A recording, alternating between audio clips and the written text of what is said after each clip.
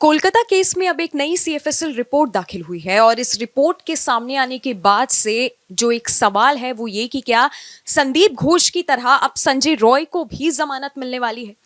4 महीने इस केस को हो चुके हैं और डॉक्टर बिटिया के माँ बाप इंसाफ के लिए लगातार गुहाई लगा रहे हैं, लेकिन अब क्या इस सीएफएसएल रिपोर्ट के बाद क्या डॉक्टर बिटिया के माँ बाप को इंसाफ नहीं मिलेगा? तमाम तरह के सवाल हैं। इस पूरी कहानी को जानने के लिए मेरे साथ अभिषेक मौजूद हैं। अभिषेक, जो एक नई सीएफएसएल रिपोर्ट दाखिल हुई है, इस रिपोर्ट में कई ऐसा है जिसके बाद से केस कहा जा रहा है 360 डिग्री एक बार फिर से घूम चुका है। ये पूरी रिपोर्ट क्या है, एक बार आप बताइए।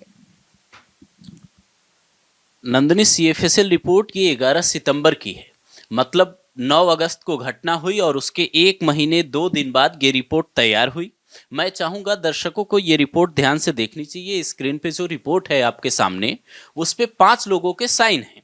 अब ये 5 लोग कौन है और 5 पॉइंट में क्या क्या इन्होंने लिखा है, मैं एक एक बात पहले विस्तार से बताता हूं। फिर इस बात पे भी आएंगे कि क्या संजय रॉय को संदीप घोष की तरह ही जमानत मिल जाएगा, उसको बेनिफिट ऑफ डाउट मिल सकता है, आखिर कानूनी पहलू इसके क्या है। इस पे जो साइन है उसमें सबसे पहले साइन है मिथिलेश झा करके कोई है। ये इस पे जो साइन होते हैं वो अक्सर फॉरेंसिक एक्सपर्ट के ही होंगे, चूंकि सीएफएसएल रिपोर्ट है ये। दूसरा जो साइन है वो अनुज कुमार का है। तीसरा साइन पीके गौतम का है। एक एडी तिवारी है और जो 5वां साइन है और बीके मोहापात्रा का है। अब इन्होंने जो रिपोर्ट में लिखा है, जो 12वां पेज है रिपोर्ट का, कुल ये जो रिपोर्ट है वो 12 पन्ने की है। 12वें में जो लिखा है, सबसे आखिरी में जब ये लोग 5 पॉइंट तैयार कर रहे थे जिसपे सबसे ज्यादा सवाल उठ रहे हैं, वो सबसे पहला पॉइंट ये है कि सेमिनार हॉल में जो लकड़ी का स्टेज बना है उसके ऊपर जो गद्दा रखा है, जहां बॉडी मिली थी, आपको याद होगा जो तस्वीर आप लोगों ने देखी थी जब बॉडी मिली थी, तो उसके आसपास रखे टेबल, जहां पे वो ब्लू चादर था जिसपे कई बार सवाल उठे कि चादर किसने बदल दिया, वहां से कोई बायोलॉजिकल स्टेन नहीं मिला है, किसी के इंसानी धब्बे होने के सबूत नहीं मिले हैं। इसके अलावा जो दूसरी बात है वो ये कहती है कि सेमिनार रूम के फर्श में भी बायोलॉजिकल स्टेन नहीं मिला किसी के वहां होने की। लेकिन इसके अलावा जो दूसरी बात है, बायोलॉजिकल स्टेन का ये मतलब नहीं है कि वहां पे कोई था या नहीं था, इसको मैं विस्तार से आगे बताता हूं। इसके अलावा जो तीसरा पॉइंट है वो ये कहता है कि दवाइयों के रैपर और पेपर के टुकड़े जो मिले थे वो सब सीबीआई के पास है। इस पॉइंट में किसी को कोई आपत्ति नहीं है। आपत्ति होती है चौथे पॉइंट पे, जिसमें लिखा है कि गद्दे के कट मार्क एरिया पर गौर करने पे पता चलता है कि जहां पे सिर और पेट का निचला हिस्सा था उसके नीचे ब्लड के निशान मौजूद थे। उस लड़की की बॉडी उसी गद्दे पे थी जिसका जिक्र मैं कर रहा हूं, लेकिन वहां पे कोई बायोलॉजिकल स्टेन नहीं मिले, संभावित संघर्ष के कोई निशान नहीं मिले। अब ये कैसे संभव है कि जहां पे घटना हुई थी उस जगह पे कोई ऐसे निशान नहीं मिले हैं, उस लड़की ने कोई संघर्ष बचाव में नहीं किया? ये सवाल बार बार उठ रहे हैं। और इसके बाद ये भी पता चल रहा है कि सेमिनार हॉल में वो जाता नहीं दिख रहा था जो आरोपी था संजय रॉय, जो आरोपी है, वो सीसीटीवी फुटेज में जो दिखा है वो उसकी तरफ जाता दिखा है। ये भी बात कई लोग कर रहे हैं, तो कई तरह की कॉन्ट्राडिक्टरी है। 12 पेज की जो रिपोर्ट आई है उसको देखने के बाद जज साहब अब क्या मतलब आगे आदेश देते हैं। दोबारा जांच का आदेश होगा, क्योंकि सीएफएसएल रिपोर्ट में एक बात और लिखी है जो मैं आगे आपको बताऊंगा कि वो इस केस को पूरी तरह से बदल देगा। हालांकि जो डॉक्टर प्रोटेस्ट भी कर रहे थे लगातार, उनका भी यही अभिषेक कहना था कि अगर सीबीआई की टीम ने जांच की है तो क्या सीबीआई की जांच में भूल हुई है। हालांकि इस रिपोर्ट के बाहर आने के बाद सीबीआई ने क्या कहा है, मुझे लगता है अभिषेक वो बताना चाहिए। क्या इस रिपोर्ट से यह भी कहा जा सकता है कि सीबीआई ने जो जांच की थी वो जांच ही गलत थी या उनसे कुछ भूल चूक हो गई? ये मतलब ऐसी बात है नंदिनी कि सीबीआई पे कई बार सवाल उठे, कभी तोता तो कभी कुछ कह दिया गया। लेकिन मुझे जो लगता है पर्सनली कि सीबीआई जो है, जो सेंट्रल ब्यूरो ऑफ इन्वेस्टिगेशन है, उसको डिले ब्यूरो ऑफ इन्वेस्टिगेशन कहना चाहिए। आप कितने भी केस के एग्जांपल उठाकर देख लीजिए, इनकी जांच में इतनी लेट लतीफी होती है, इतनी हिला हवाली होती है कि असली इंसाफ मिल नहीं पाता। या तो फिर ऐसा होता है कि वक्त गुजरता चला जाता है और जो इंसाफ की आस में होते हैं लोग वो उम्मीद छोड़ देते हैं। इस वाले केस में जो ये जिस रिपोर्ट की हम लोग बात कर रहे हैं, इस रिपोर्ट को तैयार किया किसने, इस बात पे भी ये जानना भी जरूरी है। आपने जो कहा कि सीबीआई क्या कह रही है, इस बात पे मैं आता हूं। आप अगर ये मतलब देखिए कि 14 लोगों की टीम थी जो एमआईबी का गठन किया गया था, जो मेडिकल बोर्ड का गठन हुआ था, उसमें कोई एक जगह के लोग नहीं थे, अलग अलग फॉरेंसिक एक्सपर्ट थे, कई सीनियर डॉक्टर थे, कई साइंटिस्ट थे, जिन लोगों ने वहां जाकर वहां दौरा किया उस हॉस्पिटल का, उसके बाद वहां से जो उनको मिला, उसके बाद ये रिपोर्ट तैयार हुई। लेकिन जब सीबीआई से यही बात कई मीडिया एजेंसियों ने सीबीआई के सूत्रों से, ये सूत्रों के हवाले से खबर छापी कि एम्स के जो प्रोफेसर हैं आदर्श कुमार, उनके जो अधिकारी बता रहे हैं सीबीआई के कि एम्स के प्रोफेसर आदर्श कुमार ने इस मेडिकल बोर्ड का जो है नेतृत्व किया था। वो कई बार वहां घटनास्थल पे गए थे और अदालत में उन्होंने गवाही भी दी थी। तो इसका मतलब ये है कि सीएफएसएल रिपोर्ट पे पूरी तरह से जांच जो है वो टिकी हुई है।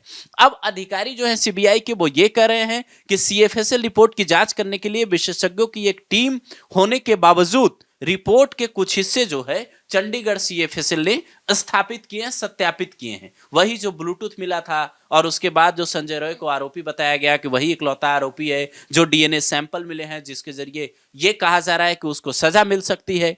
तो अब सवाल ये है कि अलग अलग बोर्ड ने, सीबीआई ने ये साफ कर दिया है कि अलग अलग बोर्ड से हमने जांच करवा ली है और अब जो ये सामने आई है रिपोर्ट, इस रिपोर्ट के सामने आने के बाद हम लोगों को ये बिल्कुल नहीं लगता कि ये जो केस है कहीं और घटना हुई थी। ये जो सवाल उठ रहे हैं नंदिनी कि क्या घटना कहीं और हुई थी, बॉडी को कहीं और मतलब वहां ले जाकर शिफ्ट कर दिया गया, तो जो सीसीटीवी फुटेज दिख रहा है उसमें तो ऐसा कुछ दिखा नहीं। अब सवाल एक ये है लोगों के मन में कि जहां पे वो तोड़फोड़ हुई थी घटनास्थल के बगल में, सेमिनार हॉल के बगल में जहां निर्माण हुआ है, क्या घटनास्थल वो था और उसके बाद वहां शिफ्ट कर दिया गया और फिर वहां तोड़फोड़ हो गई ताकि बाद में जब सीबीआई की टीम जाए तो उसको कोई सबूत न मिले? क्या आरोपियों ने इतनी चालाकी से सब कुछ किया है? ये भी एक सवाल। हालांकि जैसा मैंने शुरुआत में आप लोगों से कहा था कि एक सवाल जो सबसे अहम है वो ये कि क्या अब इस रिपोर्ट के बाहर आने के बाद से एक तरह से संजय रॉय जिस तरह से अपने गुनाहों से कह सकते हैं कि इनकार कर रहा था लगातार, उसकी बात भी अब कहीं ना कहीं सच साबित होती दिखाई दे रही है। तो क्या अभिषेक, जिस तरह से अभिजीत मंडल हुए या संदीप घोष हुए उनको जमानत मिली, तो क्या अब संजय रॉय को भी जमानत मिल सकती है इस केस में? इसके लिए मुझे लगता है इस केस के जो मतलब जो रिपोर्ट आई है सीएफएसएल 12 पेज की, उसके जो मायने हैं उसको समझना होगा। मैं 4 पॉइंट में बहुत समझाने की कोशिश करता हूं कि इसका मतलब क्या हो सकता है। जो ये लोग कह रहे हैं, जो रिपोर्ट में लिखा है कि वहां संघर्ष के निशान नहीं मिले, तो इसका क्या मतलब होगा? इसका मतलब होगा कि संघर्ष नहीं हुआ, वहां पे लड़की ने बचने की कोशिश नहीं की। तो फिर सवाल ये है कि जो संजय रॉय के शरीर पे जो उसके चोट के निशान मिले थे, लड़की के शरीर पे जो 22 चोटों के निशान मिले हैं, उसकी कहानी क्या है? ये भी एक सवाल उठ रहा है। या ये सवाल भी है जो मैं अभी बता रहा था कि जगह कोई और थी, वहां लाकर बॉडी रख दी गई। दूसरा जो सबसे बड़ा सवाल ये है कि क्या अस्पताल के अंदर ही पूरी कहानी रची गई? बाहर निकलने पे सीसीटीवी फुटेज में ये जरूर रिकॉर्ड होता कि कौन कब बाहर गया। संजय रॉय वहां से अकेले ही निकला था, 3 से 5 बजे का वक्त था। तो ये बात मतलब वहां पे ये एक चीज और लिखी है उस रिपोर्ट में कि वहां ऐसे बिना किसी की नजरों से बचकर जाना आसान नहीं था उस जगह पे, तो किसी ने तो देखा नहीं कुछ। तो क्या वहीं अंदर ही सारी कहानी हुई है और जगह बदल दी गई? तीसरी बड़ी बात यह है कि जो क्राइम सीन है उसको ऐसा छेड़ा गया कि बाद में जब वहां पे एक्सपर्ट पहुंचे तो कोई निशान ना मिले। क्या वो ये लोग थे, जैसे हम लोग पिछले वीडियो में बता रहे थे कि संदीप घोष चूंकि खुद डॉक्टर है, उसको पॉलीग्राफ टेस्ट को कैसे मात देना है। संजय रॉय भी पॉलीग्राफ टेस्ट में सच नहीं बोल रहा था। तो क्या वहां जो लोग शामिल थे उन लोगों ने संघर्ष के निशान पहले ही मिटा दिए और फिर वो निशान जो ये लिक्विड डालने के बाद और तमाम तरीके से जो सीएफएसएल की टीम है, जो फॉरेंसिक लैब के एक्सपर्ट हैं, जो ये जांच करते हैं, उनको कोई निशान नहीं मिले, इसलिए ये रिपोर्ट में लिख दिया गया? क्योंकि रिपोर्ट में कुछ भी लिखे जाने का मतलब है आपको उसका सबूत देना होगा। अब चौथी बड़ी बात जो आप कर रही हैं कि संजय रॉय को क्या जमानत मिलेगा? हमारे देश में ऐसे कई उदाहरण हैं कि आरोपी पकड़ा गया और उसके बाद उसको बेनिफिट ऑफ डाउट मिल गया। लेकिन इस केस में मुझे लगता है कि ऐसा होना नहीं चाहिए। उसकी वजह यह है कि सीबीआई के पास संजय रॉय के खिलाफ कई सारे सबूत हैं, चाहे वो ब्लूटूथ हो, चाहे वो उसके जो कपड़े हों उस पे जो दाग धब्बे मिले हों, चाहे वो 22 चोट के निशान हो, चाहे वो सीमन के निशान हो, चाहे वो डीएनए रिपोर्ट हो, चाहे वो खून के धब्बे हों, यहां तक कि सीसीटीवी फुटेज में 3 बजे से 5 बजे के बीच जब क्राइम सीन को अंजाम दिया गया उस वक्त उसका आते जाते दिखना हो। ये तमाम वो साक्ष्य हैं जो बताते हैं कि संजय रॉय इसमें आरोपी है। और वो उसकी जो वकील हैं संजय रॉय की, वो अब अदालत में ये दलील दे सकती हैं कि आप सीएफएसएल रिपोर्ट देखिए, उसके आधार पे इसको जो है ये आरोपी इकलौता नहीं है, ये भले ही अदालत में हो सकता है। हालांकि जिस तरीके से इस केस की शुरुआती से जांच हो रही है, अब सवाल अभिषेक ये है कि क्या जांच अब फिर से दोबारा होनी चाहिए, क्योंकि सीएफएसएल रिपोर्ट में ऐसा कहा जा रहा है कि कुछ ऐसा है जिस पर जज को भी दोबारा गौर करने की जरूरत होनी चाहिए। वही इस रिपोर्ट में जो एक बात लिखी है वो ये है कि जो सीएफएसएल के एक्सपर्ट हैं वो कह रहे हैं कि आगे रिसर्च के बाद इस नतीजे पे भी पहुंचा जा सकता है कि कितने लोग इसमें शामिल थे। एक व्यक्ति के शामिल होने के सबूत सीधे तौर पे मिल गए हैं, लेकिन क्या कोई और शामिल था, ये जानने के लिए इनको जांच की दिशा और आगे बढ़ानी होगी। अब सवाल यह है कि जांच की दिशा आगे बढ़ क्यों नहीं रही है। ट्रायल कोर्ट में 2 जनवरी को सुनवाई होनी है। नए साल पे जब लोग नई उम्मीदों में होंगे तो उसके अगले दिन डॉक्टर बिटिया के मां बाप इंसाफ की गुहार में अदालत जाएंगे, ट्रायल कोर्ट में। अब आप सोचिए कि 2 जनवरी को सुनवाई होगी तो वहां क्या होगा। पहले ही 2 वकील ये केस छोड़ चुके हैं। डॉक्टर बिटिया के मां बाप ने एक इंटरव्यू में बकायदा कहा कि हम लोग काफी परेशान हैं, सीबीआई से भी उम्मीद थी लेकिन अब उम्मीद टूटती जा रही है। सुप्रीम कोर्ट में 17 मार्च को सुनवाई होनी है। अब सवाल यह है जो आप कह रही हैं कि 17 मार्च से पहले अगर पीड़ित के पक्ष में केस से जुड़ा कोई बड़ा डेवलपमेंट नहीं आता तो जो करुणा नंदी इनकी अभी वकील हैं वो वहां पे अदालत में इस मामले को उठाएंगे। 24 दिसंबर को स्टेटस रिपोर्ट पेश होनी थी कोलकाता हाई कोर्ट में। अब तारीख पे तारीख चलती जा रही है, लेकिन जो रिपोर्ट आ रही है वो चौंकाने वाले खुलासे कर रही है। अब इसका मतलब ये होता है कि सीएफएसएल रिपोर्ट क्या दोबारा से तैयार करने की जरूरत है, या फिर जो इसमें लिखा है वो बिल्कुल सच है, इसको सच मान के ये मान लिया जाए कि जो घटना स्थल है वो कोई और है, फिर सीबीआई को अपनी जांच कहीं और कर देनी चाहिए, किसी और दिशा में उसको अपनी जांच घुमानी चाहिए, क्योंकि सीबीआई पे आरोप ये पहले नहीं है।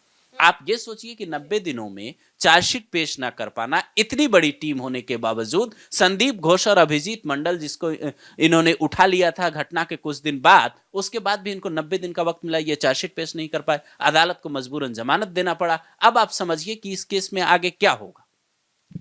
हालांकि अब जांच दोबारा होगी कि नहीं होगी, क्योंकि जिस तरह से अभिषेक जितने पॉइंट्स आपने बताए वो पॉइंट्स हर किसी के मन में सवाल खड़ा कर रहे हैं, और खासकर ये कि जब उस डॉक्टर के करीबियों से भी पूछताछ हुई थी तो इसका मतलब वो बात भी झूठी निकलेगी जब कहा गया था कि वो डिनर करने के बाद सेमिनार हॉल में आराम करने के लिए गई थी। और साथ ही ये भी कहा जा रहा है कि जो संजय रॉय कैमरे में कैद हुआ सीसीटीवी फुटेज में, क्या पता वो भी किसी प्लान का जरिया हो, इसीलिए उसका चेहरा जो है सीसीटीवी फुटेज में लाया गया। तमाम तरह के सवाल है। आपका इस वीडियो के बारे में क्या ख्याल है और आपका क्या सवाल है, आप हमें नीचे कमेंट सेक्शन में कमेंट करके बता सकते हैं।